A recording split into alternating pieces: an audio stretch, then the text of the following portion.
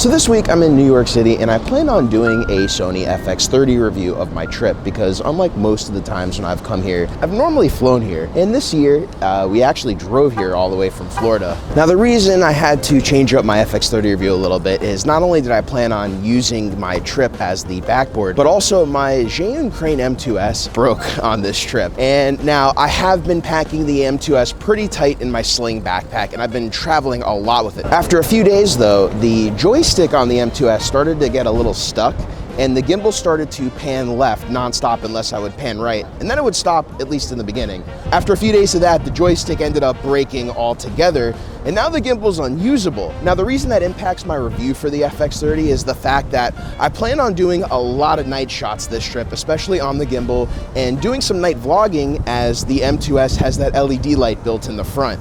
Now, with all of that gone, that really nixed a lot of my nighttime shooting, at least for the vlogging parts of it. I did get a few really great shots in the beginning of this trip, which I'll do some videos on, and I'll also put that in my review as well, because the FX30 performed really great. Of course, had to stop over at B&H right here.